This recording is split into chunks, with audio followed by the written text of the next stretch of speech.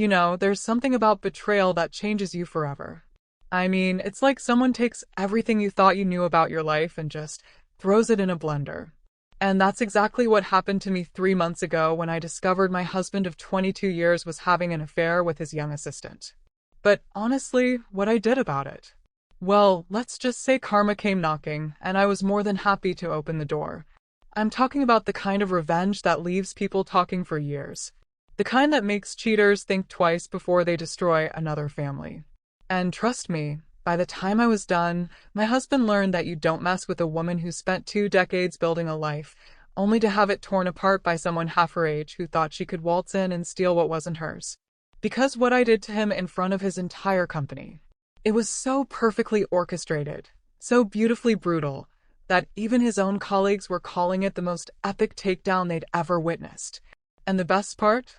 It was all completely legal, completely justified, and completely satisfying. My name is Margaret, but everyone calls me Maggie.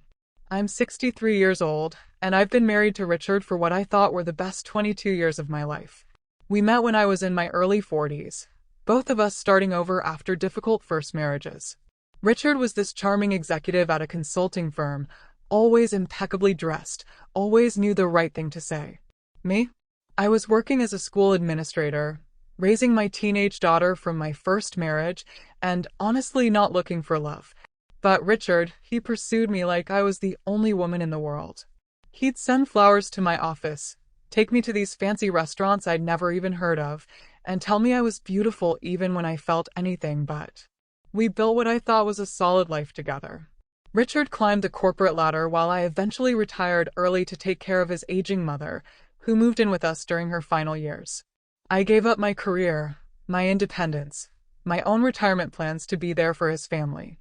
And you know what? I didn't mind. That's what you do when you love someone, right? You make sacrifices. You put their needs first. You build a partnership where both people contribute what they can. Our house became the gathering place for holidays.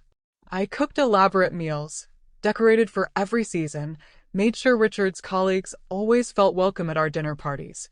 I was the perfect corporate wife, the one who remembered everyone's names, asked about their children, made everyone feel special. Richard would always introduce me with this proud smile, telling people how lucky he was to have me. And I believed him. God help me, I really believed him. But you know how they say that when someone shows you who they really are, you should believe them. Well, Richard had been showing me for months, and I was too trusting, too comfortable, too damn naive to see it. The late nights at the office became more frequent. The business trips that seemed to pop up out of nowhere.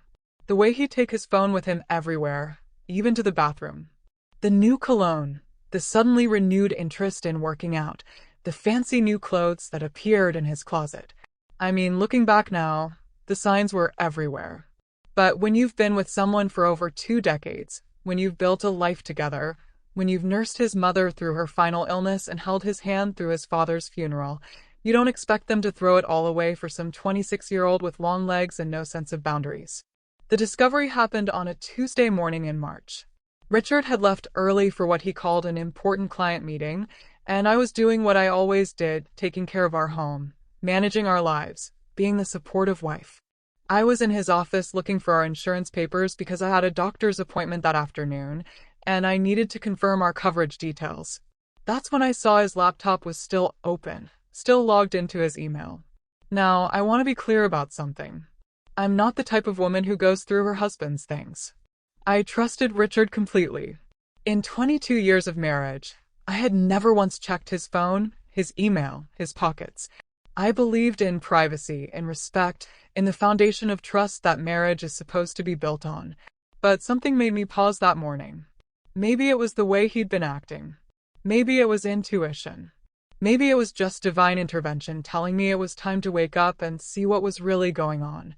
The first email I saw was from someone named Jessica. The subject line read, "Can't wait for tonight." My heart started beating faster, but I told myself it was probably work-related.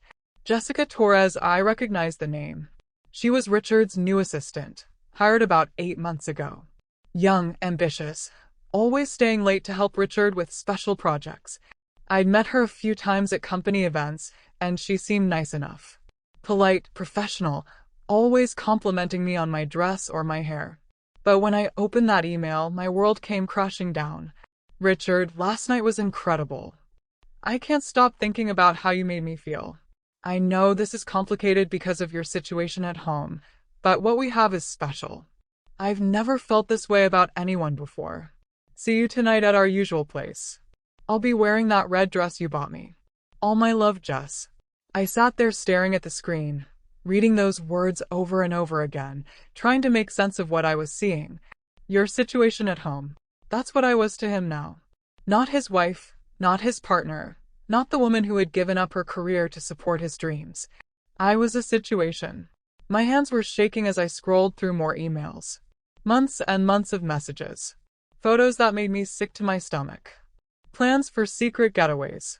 Discussions about me, about how Richard was working on finding the right time to end our marriage. How Jessica was being so patient while he figured things out. How they were building something beautiful together while I was at home planning our upcoming anniversary dinner. The worst part? The absolute worst part was reading how they talked about me. How Richard described me as comfortable but boring. How he told her I'd let myself go and was set in my ways. How Jessica called me that poor old woman who doesn't even know what's happening. They laughed about how oblivious I was, how easy it was to carry on right under my nose. I printed every single email, every photo, every text message thread I could find. I sat in that office for 3 hours, documenting every detail of their affair, and with each piece of evidence, my heart broke a little more, but my resolve grew stronger. Because you know what? I wasn't going to be the pathetic wife who just rolled over and let them destroy everything I'd worked for. The emotional impact hit me in waves. First came the shock, like being punched in the stomach and having all the air knocked out of your lungs. Then the denial. Maybe I was misunderstanding something. Maybe there was an explanation. But as I kept reading, as the evidence piled up, denial gave way to this crushing sense of betrayal that felt like it was going to swallow me whole. I thought about all the nights I'd stayed up waiting for Richard to come home from his meetings. All the times I'd defended him to my friends when they made little comments about how much he was working lately. All the anniversary gifts I'd carefully chosen, the surprise birthday party I'd thrown for him just 2 months ago where Jessica had been there, smiling at me, complimenting the decorations, all while she was sleeping with my husband. The anger came next, and honey, let me tell you, it was like nothing I'd ever felt before. It started as this burning sensation in my chest and spread through my whole body until I was shaking with rage. Not just at Richard, but at Jessica too.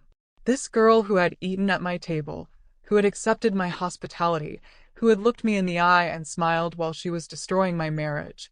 But you know what really got to me? What really pushed me over the edge? It was reading their plans for the future. Richard was going to leave me after our anniversary. Can you believe that? He was going to let me plan and pay for our anniversary celebration, let me cook for all our friends and family, let me give that speech about 22 wonderful years together, and then a week later, he was going to sit me down and tell me he was leaving me for his assistant. They had it all figured out. Jessica was going to get promoted to a different department to avoid the appearance of impropriety. Richard was going to tell everyone that we'd grown apart and that it was a mutual decision. They were even planning to wait a respectful 6 months before going public with their relationship. How thoughtful of them, right? That's when I knew I wasn't going to let this happen on their terms. I wasn't going to be the sad, abandoned wife who got blindsided on her anniversary. I wasn't going to let them control the narrative. And I sure as hell wasn't going to let them think they could outsmart me. I spent the next week in what I can only describe as strategic planning mode. See, the thing about being married to someone for over 20 years is that you know everything about them.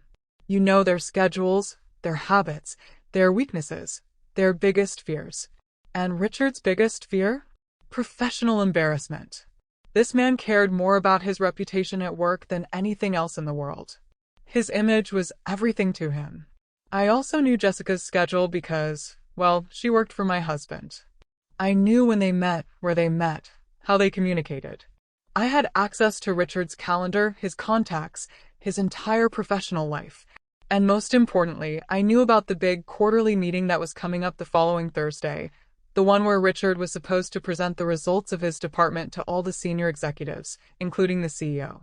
Now, I want you to understand something about Richard's company. It's one of those old-fashioned, conservative consulting firms where image and propriety matter a lot. They have strict policies about workplace relationships, especially between supervisors and their direct reports. The kind of policies that can end careers when they're violated. The kind of policies that Richard and Jessica had been very carefully trying to work around. My plan started to form on Friday afternoon. I was sitting in our kitchen, looking out at the garden I'd spent years cultivating, thinking about how I'd made this house a home for Richard, when it hit me. If Richard wanted to treat our marriage like a business transaction, if he wanted to plan and strategize and manipulate, then I was going to beat him at his own game. I started by doing something I'd never done before. I hired a private investigator. Not to find out about the affair, because I already had all the evidence I needed, but to document their movements, to get photographs, to build a timeline that would be absolutely undeniable. The investigator, a woman named Carol who came highly recommended, was shocked by how much evidence I'd already gathered. She told me that in 15 years of doing this work, she'd never seen a client come in so well prepared. Carol worked fast. Within 3 days, she had photographs of Richard and Jessica at restaurants, holding hands in parking lots, going into hotels together. She had documented their routine. They met every Tuesday and Thursday evening at a little boutique hotel about 20 minutes from Richard's office. She even managed to get a photo of them on the hotel balcony, Richard's arms around Jessica's waist, both of them looking like they didn't have a care in the world. But the most valuable thing Carol provided was information about Richard's schedule. She confirmed what I already suspected: Richard's big client meeting on Thursday afternoon wasn't with a client at all. He had cleared his entire afternoon schedule after the quarterly meeting to spend time with Jessica. They were planning what they called a celebration. Apparently, Richard was going to tell Jessica that he'd finally decided to leave me and that they could start making their relationship public. That's when I knew exactly when and how I was going to strike. The beauty of my plan was its simplicity. I wasn't going to do anything illegal, anything that could get me in trouble, or anything that could be seen as harassment. I was simply going to make sure that Richard and Jessica's secret became very, very public at the worst possible moment for both of them. I spent the weekend gathering everything I needed. I went through Richard's closet and selected his favorite suits, his expensive shoes, his silk ties, everything he'd need for a prolonged stay somewhere else. I packed his personal items, his toiletries, his medications. I even included some of those romantic photos he'd been taking with Jessica, just to make sure there was no confusion about why his bags were being delivered. Then I prepared what I called my evidence package. Copies of all the emails, printed photographs from Carol's surveillance, bank statements showing charges at restaurants and hotels during times when Richard claimed to be in business meetings. I organized everything chronologically, put it in a professional-looking folder, and made multiple copies. Monday morning, I kissed Richard goodbye just like I had every morning for 22 years. He told me he loved me. He reminded me about the quarterly meeting on Thursday and how important it was for his career. He even asked me to make his favorite dinner for when he got home late that evening. I smiled and told him of course I would, that I was so proud of him and his success. If only he knew what was coming. Tuesday and Wednesday were the longest days of my life. Richard came home both evenings acting perfectly normal, chatting about work, asking about my day, even bringing me flowers on Wednesday, just because. The flowers were probably bought with guilt money after spending the afternoon with Jessica, but I accepted them gracefully. I was saving all my energy for Thursday. Thursday morning arrived crisp and clear. Richard was nervous about his presentation, fussing over his tie, checking his notes one more time. I made him his favorite breakfast, eggs Benedict with fresh fruit and coffee from the expensive beans he liked. I even ironed his shirt myself, something I'd been doing for years, but that felt different now, knowing it would be the last time. "You're going to be wonderful today," I told him, adjusting his collar. "I know how hard you've worked on this presentation." He kissed my forehead and told me he'd call me after the meeting to let me know how it went. "Wish me luck," he said. "Oh, honey," I replied, "you won't need luck. You're going to get exactly what you deserve." The quarterly meeting was scheduled for 2 p.m. in the company's main conference room. I knew this because Richard had been talking about it for weeks. I also knew, thanks to Carol's reconnaissance, that Jessica would be there taking notes, and that all the senior executives, including CEO Jonathan Walsh, would be in attendance. At exactly 2:45 p.m., when I calculated that Richard would be about halfway through his presentation, I loaded 2 large suitcases and 3 boxes into my car and drove to Richard's office building. I was dressed in my best outfit, a navy blue suit that Richard had always said looked professional on me, pearls, and my hair done perfectly. I looked like exactly what I was, a respectable, well-dressed woman handling some business. The security guard in the lobby knew me. I'd been to Richard's office dozens of times over the years for company parties and events. "Good afternoon, Mrs. Patterson," he said with a smile. "Here to see Richard?" "Actually," I said, "I'm here to deliver some things to Jessica Torres. Richard asked me to bring these by while he's in his big meeting. You know how he is about his important presentations. Doesn't want any distractions." The guard nodded knowingly and offered to help me with the bags. I graciously accepted, and together we took the elevator to the 15th floor where Richard's department was located. The office was quieter than usual because most of the staff was either in the meeting or trying to stay out of the way during the quarterly presentations. Perfect. I walked confidently to Jessica's desk, which was right outside Richard's office, and began arranging the suitcases and boxes. "Can I help you?" asked another assistant who was sitting nearby. "Oh, I'm just following my husband's instructions," I said cheerfully. "He asked me to make sure Jessica got these things while he was in his meeting. You know how forgetful men can be about personal items." At that moment, I heard voices coming from the direction of the conference room. The meeting was either taking a break or running early. Even better. I quickly placed a large manila envelope on top of one of the suitcases, the envelope containing all the evidence of Richard and Jessica's affair. I'd written for Jessica Torres, personal and confidential, on the outside in my best handwriting. Then I heard Richard's voice getting closer. He was walking with several other executives, probably doing that post-presentation schmoozing that was so important to him. I could hear CEO Walsh's distinctive laugh echoing down the hallway. This was it. This was my moment. Instead of leaving quietly as I'd originally planned, I decided to wait. I wanted to see Richard's face when he realized what was happening. I wanted to be there for the exact moment when his carefully constructed double life came crashing down. Richard rounded the corner first, still talking animatedly with Jonathan Walsh and 2 other senior executives. He was glowing with that post-presentation confidence, probably thinking about how he was going to celebrate with Jessica later. Then he saw me. The color drained from his face so fast I thought he might faint. He stopped mid-sentence, his mouth hanging open, staring at me and the suitcases like he was seeing a ghost. "Maggie," he said, his voice cracking slightly. What are you doing here?" "Hello, darling," I said in my sweetest voice, loud enough for everyone in the vicinity to hear. "I hope your presentation went well. I brought Jessica's things like you asked me to." I gestured to the suitcases and boxes arranged neatly around Jessica's desk. The other executives looked confused, glancing between Richard and me, trying to understand what was happening. "I'm sorry," said Jonathan Walsh, extending his hand to me. "I don't think we've been properly introduced." "I'm Jonathan Walsh, the CEO." "Margaret Patterson," I replied, shaking his hand firmly. "Richard's wife. It's such a pleasure to finally meet you. Richard has told me so many wonderful things about working here." "The pleasure is mine," Walsh said politely, but I could see him glancing at the suitcases with curiosity. "Are you moving offices or—" "Oh no," I said with a laugh. "These aren't for an office move. These are Richard's personal belongings. He asked me to bring them to Jessica since he'll be staying with her from now on. You know how it is with these workplace romances. Sometimes love just can't wait for propriety." The silence that followed was deafening. Richard looked like he was going to be sick. The executives looked shocked and confused. And at that moment, Jessica emerged from the conference room, probably wondering why everyone had stopped talking. She saw the suitcases first, then she saw me, and then she saw Richard's face. I watched as the realization hit her like a ton of bricks. Her face went completely white, and she grabbed the doorframe to steady herself.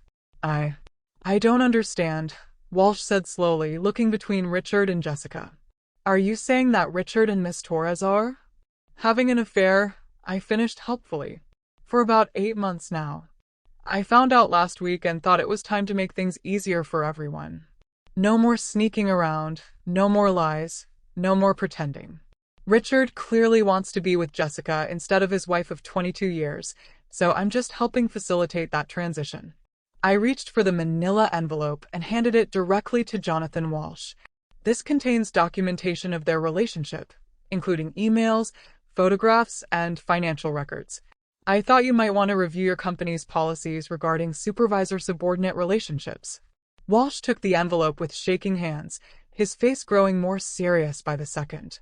The other executives were backing away slowly, clearly wanting no part of this confrontation but unable to look away from the unfolding drama.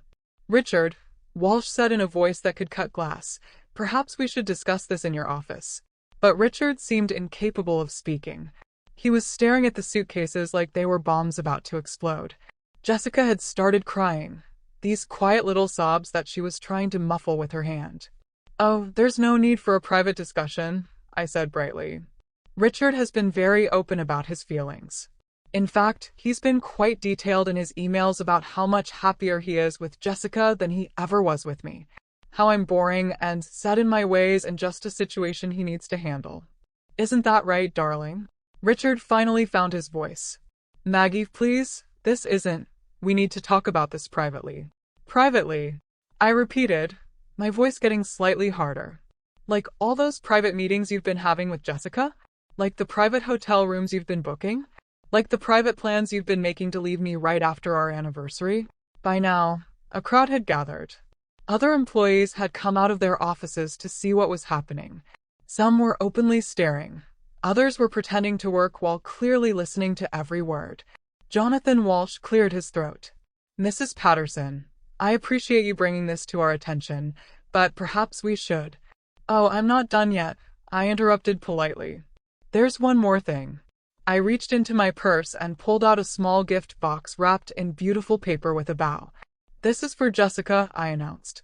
"A little housewarming gift for when Richard moves in with her." I handed the box to Jessica, who took it with trembling hands. "Go ahead," I encouraged her. "Open it." Jessica looked at Richard, who shook his head frantically, but she was too shocked to do anything but follow my instructions. She opened the box with shaking fingers. Inside was Richard's wedding ring and a note that read, "Since you like taking things that belong to other women, you might as well have this too. Congratulations on your new life together. I hope it's everything you both deserve." The gasp that went up from the crowd was audible. Jessica dropped the box, and Richard's wedding ring rolled across the floor, stopping at Jonathan Walsh's feet. "Well," I said, adjusting my purse on my shoulder, "I think my work here is done. Richard, your things are all here. Clothes, toiletries.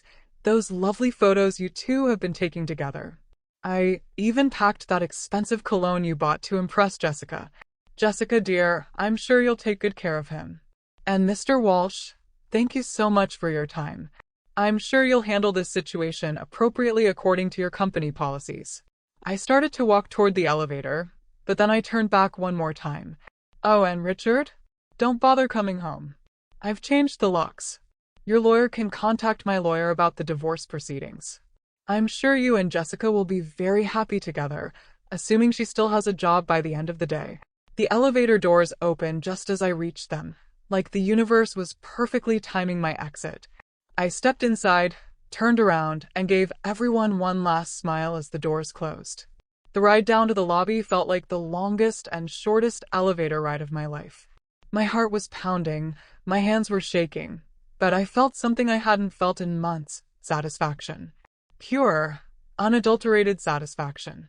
When the elevator doors opened in the lobby, the security guard looked at me with concern. "Everything all right, Mrs. Patterson? You look a little flushed." "Everything is perfect," I told him. "Absolutely perfect." I walked out of that building with my head held high, knowing that I'd just delivered the most epic revenge in corporate history. Within an hour, the story was all over the company. Within 2 hours, it had spread to other firms in the city. By the end of the week, it was legendary. Richard was fired that same day. Not just for the affair, which violated company policy, but for the way he'd handled the whole situation. Apparently, after I left, He'd had a complete meltdown in front of his colleagues, screaming and throwing things and blaming everyone but himself for what had happened. Jessica was also terminated, effective immediately. Her career in that industry was essentially over. Word travels fast in professional circles, especially when it involves such spectacular drama. The divorce proceedings were swift and decisive. Richard tried to fight me on the settlement, but with all the evidence I'd gathered and the very public nature of his affair, his lawyer advised him to accept my terms. I got the house, half his pension, and a very generous monthly alimony payment. Richard's lawyer even told mine that he'd never seen such a well-documented case of marital misconduct. The best part? The absolute best part was the phone calls I started getting from other women. Women who'd been in my situation, who'd been betrayed and humiliated and thought they had no recourse. They wanted to know how I'd done it, how I'd found the courage to stand up for myself so publicly, how I'd managed to turn the tables so completely. I started meeting with some of these women for coffee, sharing my story, giving them advice on how to protect themselves and their assets. It became this informal support network of women who refused to be victims, who were taking control of their own narratives instead of letting cheating spouses dictate the terms of their lives. One woman, Patricia, told me that my story gave her the courage to confront her husband about his gambling addiction and the debts he'd been hiding from her. Another woman, Linda, used similar tactics to expose her husband's business partner, who had been embezzling money from their family construction company. These women found their voices, found their power, and refused to be silent about the injustices they'd suffered. The life lesson in all of this isn't about revenge exactly. It's about refusing to be a victim. It's about recognizing your worth and demanding that others recognize it too. For too many years, I'd made myself smaller, quieter, more convenient to accommodate Richard's needs and desires. I'd convinced myself that being a good wife meant accepting whatever treatment he gave me, even when that treatment became increasingly disrespectful. But here's what I learned. Loyalty is a two-way street. Love is a partnership, not a service. And when someone shows you that they don't value what you bring to the relationship, when they actively work to deceive and hurt you, you don't owe them your silence or your dignity. I'm not saying everyone should deliver their cheating spouse's belongings to their affair partner in front of their entire company. That was my particular situation, and it worked because I knew Richard's weaknesses and I understood the professional culture he operated in. But everyone has their own form of power, their own way of standing up for themselves, their own method of refusing to accept unacceptable treatment. Some people ask me if I regret what I did, if I think I went too far. And you know what? I don't regret it for a second. Richard made a choice to betray our marriage, to humiliate me, to plan his exit without giving me any say in the matter. He chose to treat me like an obstacle to be managed rather than a person to be respected. His actions had consequences, and those consequences were entirely of his own making. Jessica made a choice too. She could have said no when her married boss started pursuing her. She could have requested a transfer to avoid the ethical complications. She could have shown some basic respect for another woman's marriage. Instead, she chose to participate in the deception, to mock me in her emails, to plan a future built on the destruction of my present. They both learned that actions have consequences and that sometimes those consequences are very, very public. I'm 63 years old now, and for the first time in over 2 decades, I'm living life entirely on my own terms. I wake up when I want to, eat what I want to, watch what I want on television. I've started traveling, something Richard never liked to do unless it was for business. I've taken art classes, joined a book club, started volunteering at the local animal shelter. And you know what the most surprising thing is? I'm happier now than I've been in years. All those sacrifices I made for Richard, all those compromises, all those times I made myself smaller to make room for his ego. I thought I was being a good wife, but I was actually losing myself piece by piece. The house feels bigger now, more peaceful. I've redecorated it exactly the way I want it, with bright colors and comfortable furniture and photographs of my daughter and grandchildren instead of Richard's boring corporate awards. The garden has flourished under my sole attention. Turns out it's easier to grow beautiful things when you're not constantly walking on eggshells. I even started dating again, something I never thought I'd do at my age. Nothing serious yet, but I've met some wonderful men who treat me with respect and kindness, who are interested in what I have to say, who don't see me as a situation to be managed, but as a person to be valued. The story of Richard and Jessica's downfall has become something of a legend in our city's professional circles. People still talk about it at business events and dinner parties. Richard eventually found another job, but it's at a much smaller firm for significantly less money. Jessica moved to another city entirely.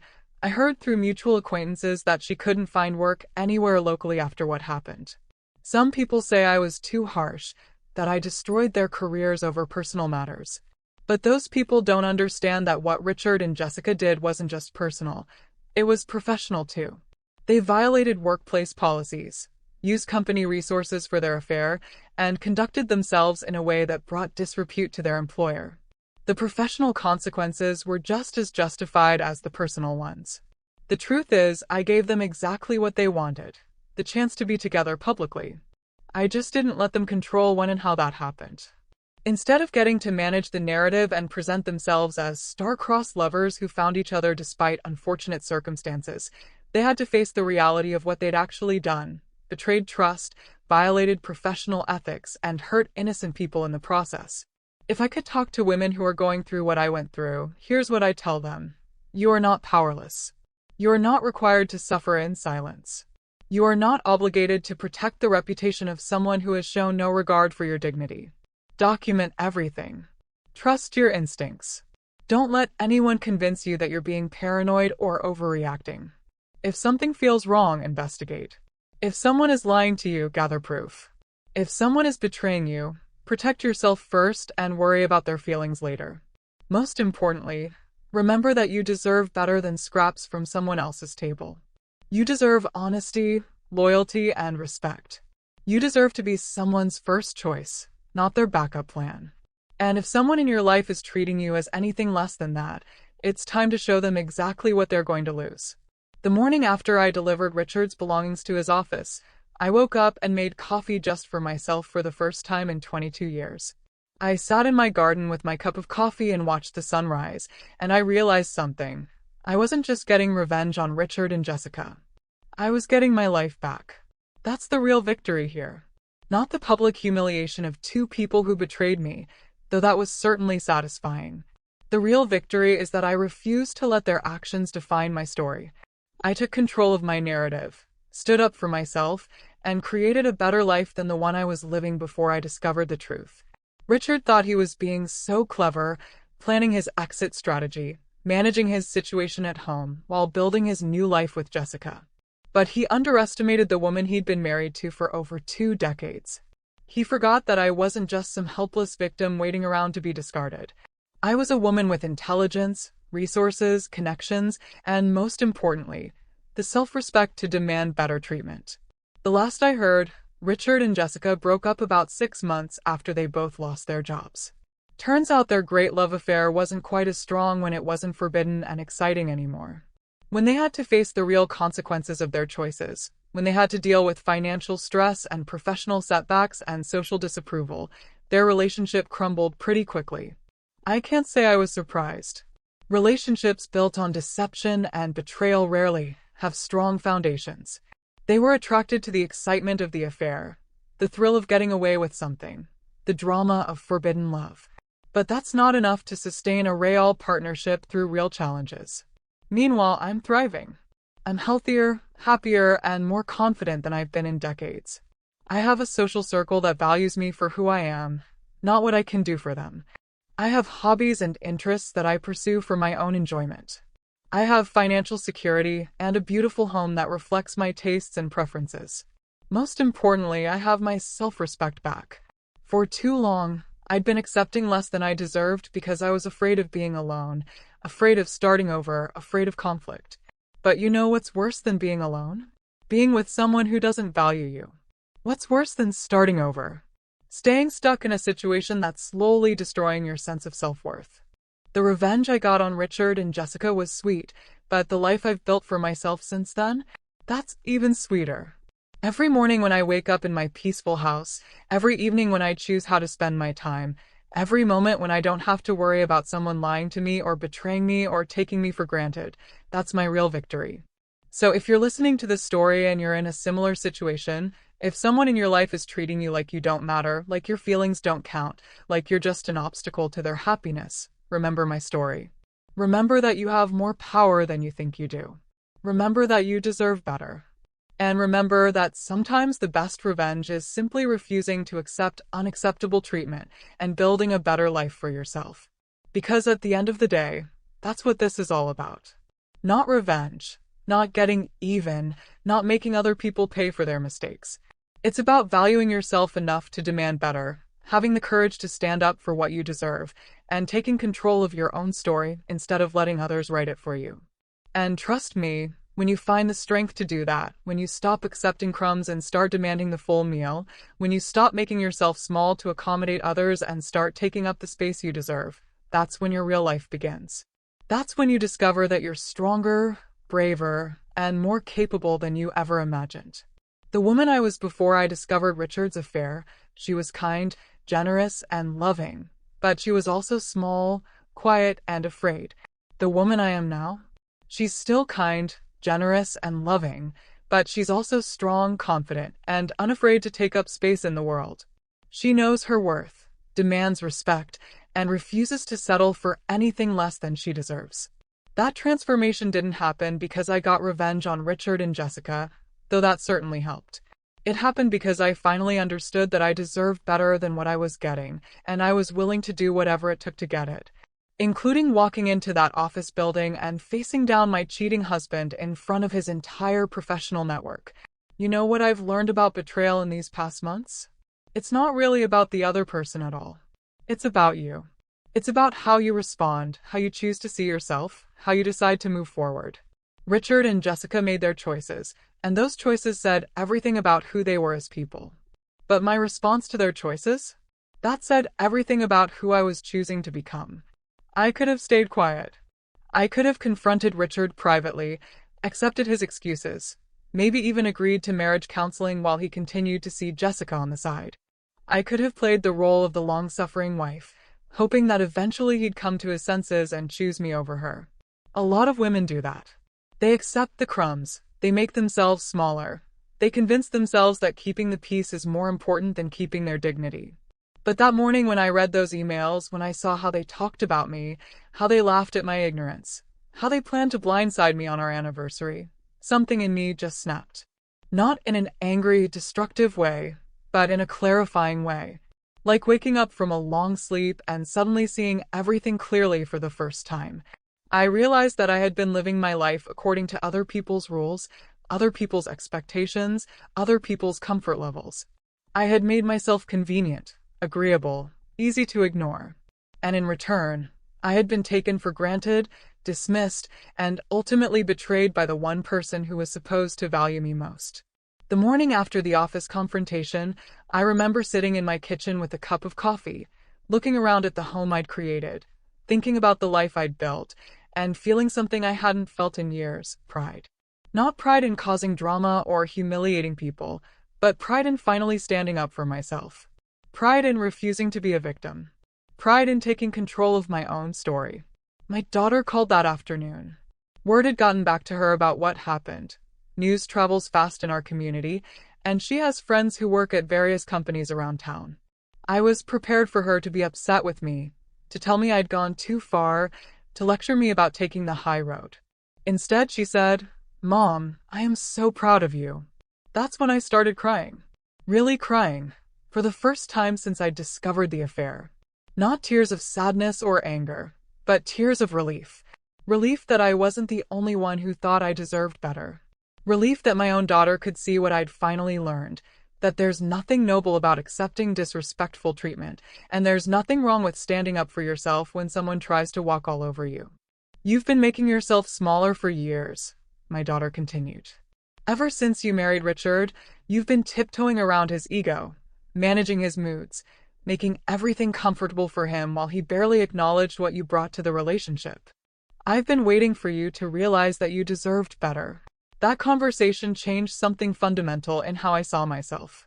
For years, I'd been worried about being seen as difficult, demanding, unreasonable.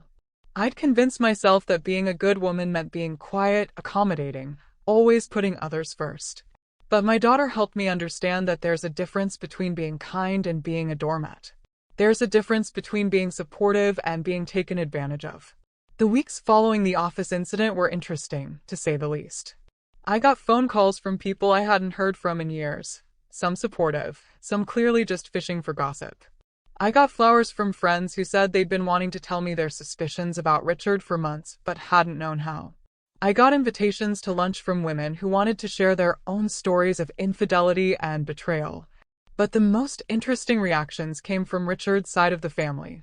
His sister called me, furious that I'd embarrassed the family name with such a public display.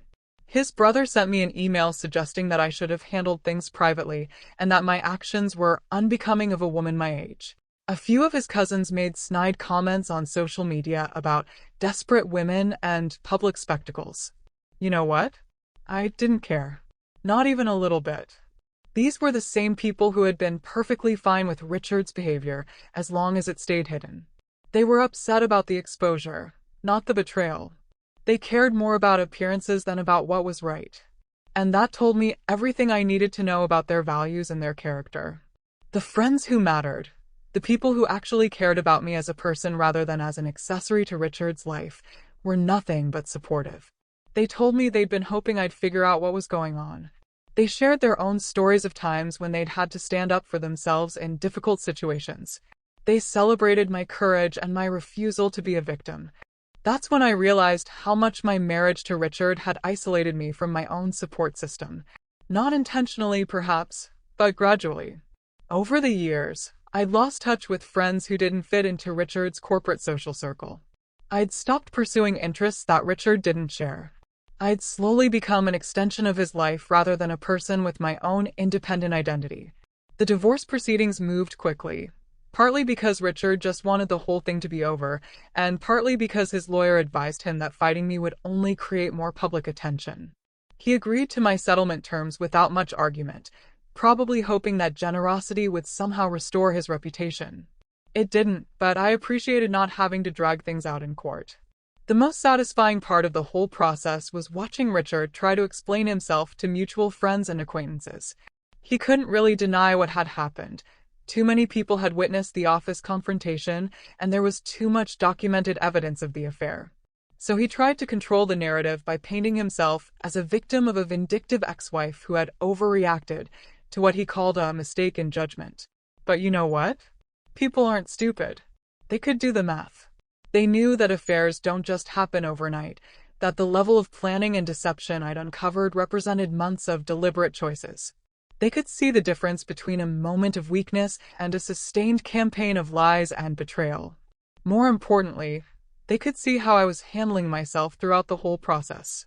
I wasn't bitter or angry in public.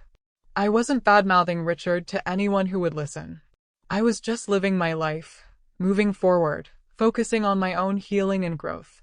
That spoke louder than any explanation Richard could offer about his behavior. About 6 months after the divorce was finalized, I ran into Jessica at the grocery store. It was the first time I'd seen her since that day in the office, and honestly, I wasn't sure how I'd react. Would I be angry? Sad? Vindictive? As it turned out, I felt nothing but pity for her. She looked tired, older, less confident than I remembered. She saw me before I saw her, and I could see her debating whether to try to avoid me or to approach me. Finally, she walked over. "Mrs. Patterson," she said quietly, "I just wanted to say, I'm sorry. For everything." I looked at her for a moment. This young woman who had helped destroy my marriage, who had mocked me in emails, who had planned to steal my husband right after our anniversary celebration. And you know what I felt? Nothing. No anger. No satisfaction, no vindictiveness. Just emptiness where all that hurt used to be. "I hope you learned something from all this," I told her finally. "I hope you understand now that actions have consequences and that other people's pain isn't just collateral damage in your pursuit of happiness." She nodded, tears starting to form in her eyes.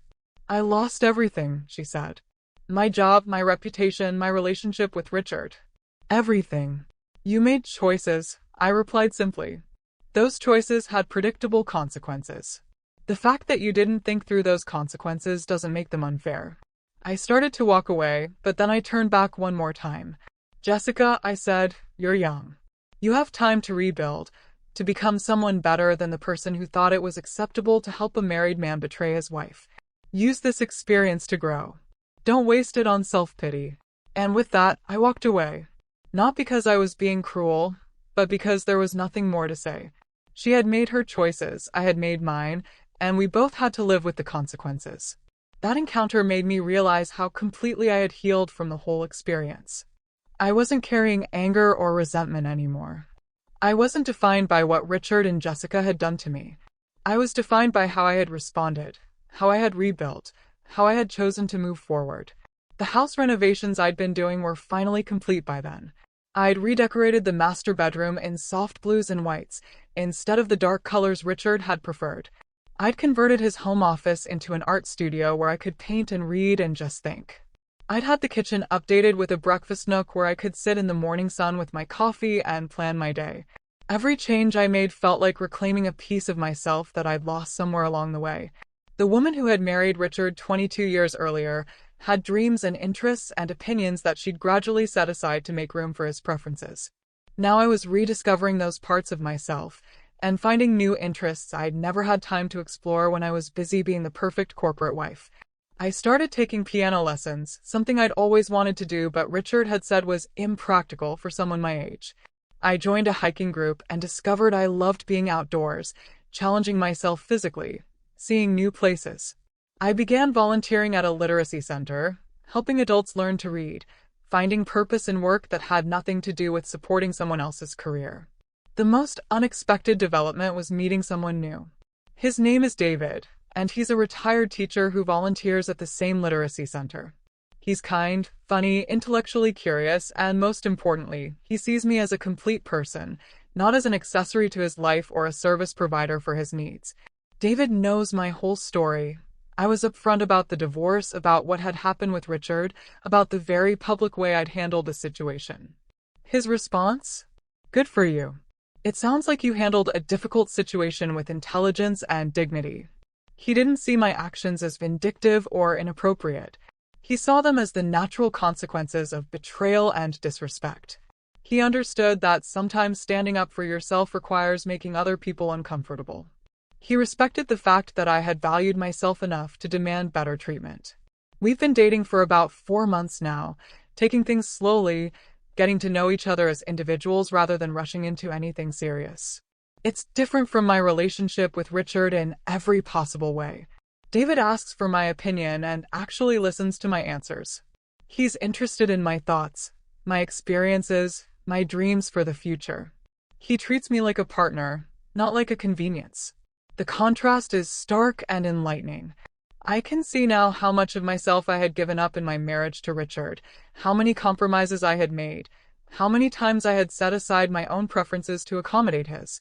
I had thought I was being a good wife, but I was actually enabling someone to take me for granted. That's the life lesson I want to leave you with today. Marriage is supposed to be a partnership between equals, not a service arrangement where one person gives and gives while the other person takes and takes. Love is supposed to lift you up, not diminish you. A good relationship should make you more yourself, not less yourself. If you're in a relationship where you're constantly making yourself smaller, quieter, more convenient, more accommodating, that's not love. That's a power imbalance. If you're with someone who doesn't value your contributions, doesn't respect your boundaries, doesn't appreciate your sacrifices, that's not a partner. That's someone who's taking advantage of your good nature. And here's the most important part. You don't have to accept that. You don't have to stay quiet to keep the peace. You don't have to protect someone else's reputation at the expense of your own dignity. You don't have to make excuses for someone who chooses to hurt and betray you. You have the power to demand better. You have the right to stand up for yourself. You have the strength to walk away from situations and people that don't serve your highest good. It might be scary, it might be uncomfortable, it might disrupt the life you've built, but you deserve to be valued, respected, and treated with kindness by the people in your life. My story isn't really about revenge, though that's how it started. It's about reclaiming your power, your voice, your sense of self-worth. It's about refusing to be a victim and choosing instead to be the author of your own story. It's about understanding that sometimes the most loving thing you can do is to stop enabling someone to treat you badly. If I could go back and talk to the woman I was on that Tuesday morning when I first discovered Richard's affair, I would tell her that everything she was about to go through, the pain, the anger, the fear, the uncertainty, was going to lead her to a better life than the one she was living. I would tell her that losing Richard wasn't actually a loss at all, but a liberation from a relationship that had been slowly suffocating her spirit. I would tell her that the revenge she was planning was just the beginning, that the real victory would come in the months and years afterward when she rebuilt her life according to her own values and preferences. I would tell her that she was stronger than she knew, braver than she believed, and more deserving of love and respect than she had allowed herself to imagine. And I would tell her what I'm telling you now. You are worth fighting for. Your happiness matters. Your dignity has value. Your life is yours to live, and you don't need anyone's permission to demand that it be a good one. The day I walked into Richard's office building with those suitcases, I thought I was just getting revenge on a cheating husband and his mistress. What I was actually doing was taking the first step toward becoming the woman I was always meant to be: strong, confident, unafraid to take up space in the world, unwilling to accept anything less than the respect and love I deserve. That woman was inside me all along, just waiting for the right moment to emerge. Sometimes it takes a crisis, a betrayal, a moment of absolute clarity to find the courage to become who you really are. But when that moment comes, when you finally understand your own worth and decide to live accordingly, that's when your real life begins. And trust me, it's worth every bit of temporary discomfort, every moment of uncertainty, every difficult conversation it takes to get there. Because on the other side of standing up for yourself is a life of authenticity, dignity, and genuine happiness. And that, my friend,